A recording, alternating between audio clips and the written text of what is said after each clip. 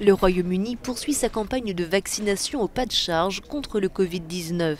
Le vaccin de Pfizer-BioNTech a été administré à plus d'1 million de personnes dans le pays. Ce ressortissant britannique est le premier à s'être fait injecter, celui élaboré par AstraZeneca et l'université d'Oxford, qui n'a pas encore été validé par les instances européennes.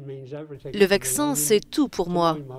C'est le seul moyen de retrouver une vie normale. Ce virus est terrible, n'est-ce pas? Je suis très heureux d'avoir reçu le vaccin de l'université d'Oxford. Le Royaume-Uni doit faire face à une progression fulgurante de l'épidémie avec plus de 50 000 nouveaux cas de Covid-19 recensés chaque jour, attribués à une variante du coronavirus. Nous sommes entrés dans une nouvelle phase de la bataille, n'est-ce pas? Au début, c'était une bataille scientifique. Peut-on fabriquer des vaccins? Est-ce qu'ils vont marcher? Neutraliser le virus? Mais nous avons aujourd'hui de nombreux atouts.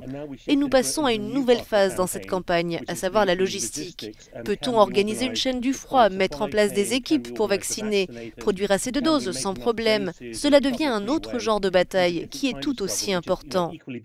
La France a été critiquée pour sa lenteur à lancer la campagne de vaccination qui n'a bénéficié qu'à un peu plus de 500 personnes jusqu'à présent. Dès ce lundi, les soignants de plus de 50 ans peuvent se faire vacciner dans les hôpitaux dotés de supercongélateurs. En Allemagne, où une trentaine de centres de stockage ont été mis en place, près de 200 000 personnes ont été vaccinées en l'espace d'une semaine.